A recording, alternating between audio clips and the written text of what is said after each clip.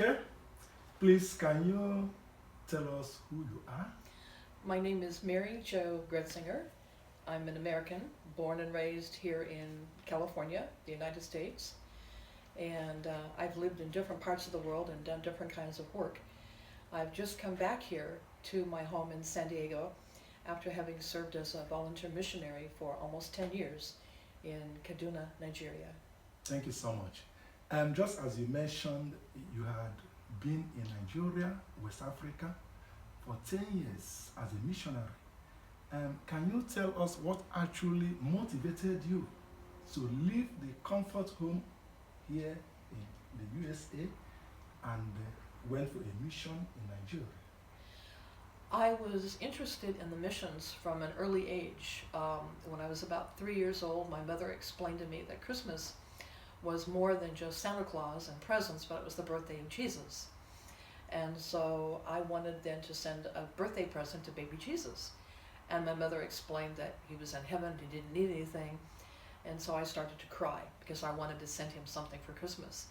And so she said that we would go ahead and see Santa Claus, but after we got home, she would send some money to the missions to take care of mission children, poor children in some other part of the world, and that would be our birthday present to baby Jesus. And so that kind of at an early age awakened in me an interest in the missions. But for various reasons, I was not able to go to another country and serve as a missionary when I was younger. But God has surprises for us. I think God likes to surprise us. And so at the age of 65, the opportunity became available to me. And having met a bishop from Nigeria and having been there 4 different times to visit, I knew what I was getting into. I knew it would not be the same kinds of things that I had here in California. But at the same time, I knew that I could deal with the different things, the water and so on and so forth, and malaria and so forth. And so I decided that I would go. And basically, I just wanted to serve God. Oh, thank you so much. Can you tell us what your experiences in Nigeria were like? I mean, how did the people accept you? Mm-hmm. How did the people treat you when you were in Nigeria? Mm-hmm. I dealt with different people. I lived in a parish. My house was inside the compound of a large parish, St. Monica in Malali, Kaduna. And so all the parishioners basically were my neighbors. And then I worked at a seminary. I taught at a school at a seminary. My students were men in their mid-20s in their final stages of becoming Catholic priests. And then I also worked for the marriage tribunal, doing the same work that I had done here in San Diego. As far as the people are concerned, I had been a lector here in San Diego at my parish. And so within 2 or 3 weeks of moving to Nigeria, I became a lector at my parish there. But I kept asking the people, do you understand me when I read? Because if they didn't understand, but they told me, no, they did understand me. My goal was to try as much as possible to not be that foreign lady who just happens to come to Mass at Mary Star of the Sea, but rather I wanted to try to, as much as possible, to blend in so that the people would see me and say, oh, that's Mary Jo, one of our parishioners.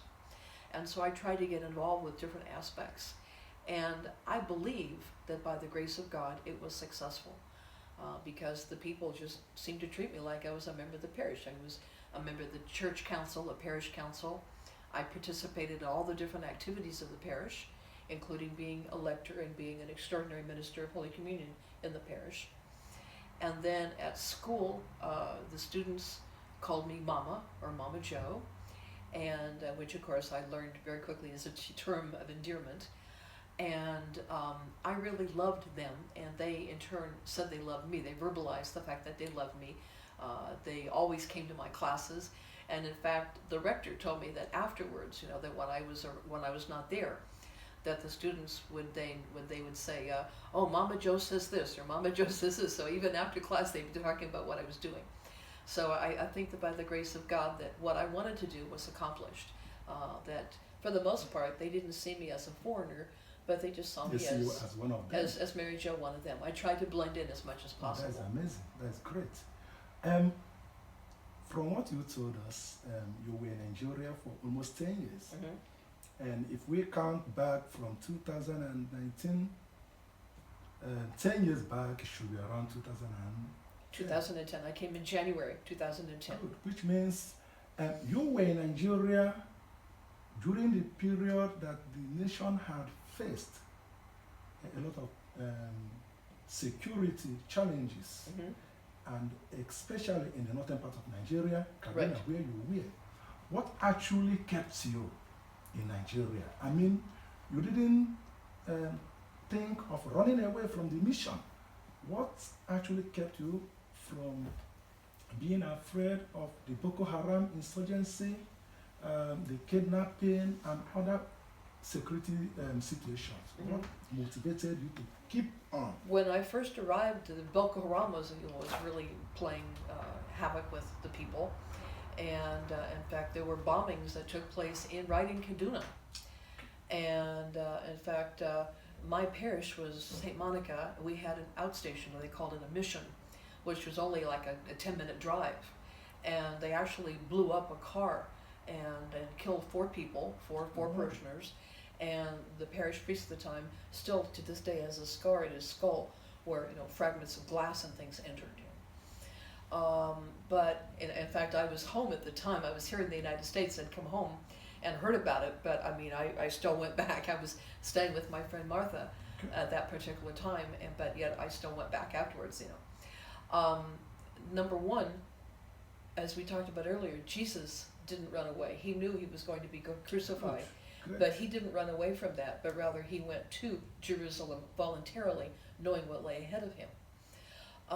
As I've said many times, and I've told other people, God could have chosen somebody else to do what I was doing. There were plenty of other people that could have gone there and taught canon law in the seminary. It wasn't just me alone. There were other people that could have worked in the tribunal. It could have been some other American that could have gone there. He could have been introduced by a bishop or some priest, and somebody else could have gone. But for whatever reason, in God's eternal plan, he chose to use me. And as I said, there are other people that were better prepared, would have done a better job than me. But for whatever reason, God said, no, I want to use you, Mary Jo Gretzinger. Okay. And so I figured that as long as it pleases him to use me, that he would keep me safe. When he was done using me, wherever I was, whether I was in Nigeria or back in the States or anywhere in the world, I won't be able to bargain with him for 5 more minutes. When he says, come, all I can say is, yes, Lord. I can't say, give me 5 more minutes or 10 more minutes or 1 more day. No, it's come now. And so I simply say, Jesus, I trust in you. Oh, great. I trust in him to take care of me. So your motto during all the time had been, Jesus, I trust in you. That is great. And in fact, my brother, my adopted brother, the Bishop of Mina, his motto as a bishop is, Jesus, Mary, I trust in you. You're talking about Bishop Martin Bishop Martin Uzuku? Uzuku, yes. Oh, great. And so his motto, when a priest becomes a bishop, he chooses a motto, an episcopal motto. And so he chose as his motto, Jesus, Mary, I trust in you. And he tells people that they are free to borrow his motto. It's not his exclusively. And so I've kind of made it mine. Jesus, Mary, I trust in you. Thank you so much. Before I go to the last question, I have this question to ask you. What actually were you doing in Nigeria as a missionary? 2 things, actually. Number one, I was teaching canon law, courses in canon law at Good Shepherd Provincial Major Seminary, which is located in the Archdiocese of Kaduna, Nigeria. Okay. And the seminary serves the province of Kaduna, which is the Archdiocese of Kaduna, and the Diocese of Kano, Sokoto, Zaria, Kafanchan, the Vicariate of Kontagora, and the Diocese of Mina. And so I taught students that were doing canon law studies. I also taught 1 or 2 other courses while I was there as well. And then the other thing, I was a member of the Provincial Marriage Tribunal. So those were the 2 main things I was doing. That's amazing. So, which means by teaching in the seminary, you must have taught a lot of priests.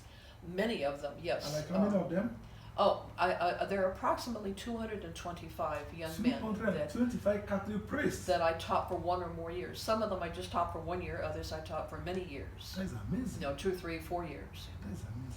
And one of the great joys for me was to travel around because I would go to the different dioceses for their priestly ordinations. Okay. And so one of my great joys was to go to the ordination and be sitting there in the congregation, and of course the bishop imposes hands, and then the other priests do the same thing, and then the bishop then prays the prayer of consecration. And when we get to the final amen, and the whole congregation joins us as amen, the men are now Catholic priests. And so I'm sitting there and I'm looking and I'm saying, this person now, John or James or whatever his name is, he's now Father John or Father James or Father Williams. He's now a Catholic priest. 1 month ago, he was sitting in my classroom. I was teaching him, and now he's Father. Now he's a Catholic priest. Oh, that's great. And that was a great joy. That's great. One more question, as I said. What message do you have, having been a missionary in a difficult situation, environment? What message do you have for missionaries who may find themselves in one way or the other in a difficult mission land? What message do you have for them? Again, it comes down to trusting in God. Okay. God is in charge no matter where we are. And it's just a question of just trusting Him. Nothing happens without His permissive will. God does not will any kind of evil, but God permits it to happen for different reasons.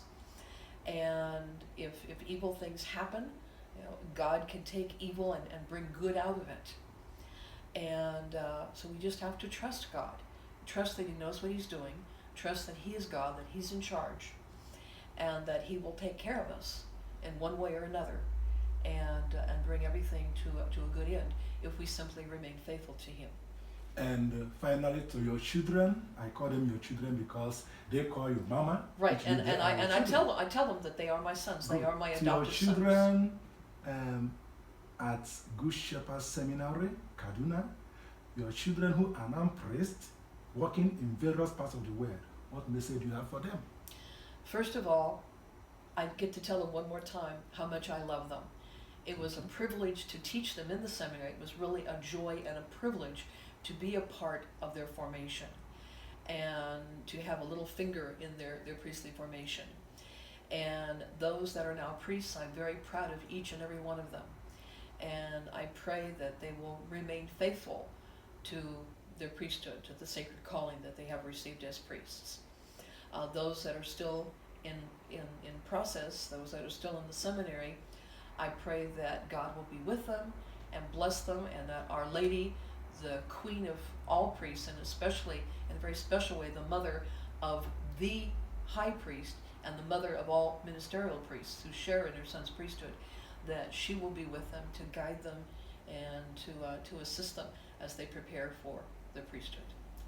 Thank you, Mama Mary. We appreciate you for the good work you have done in Nigeria. And we also thank you for granting us this short interview. My name is Reverend Father Kevin Alibo, a priest of Missionaries of Divine Mercy. By the grace of God, you have heard from her.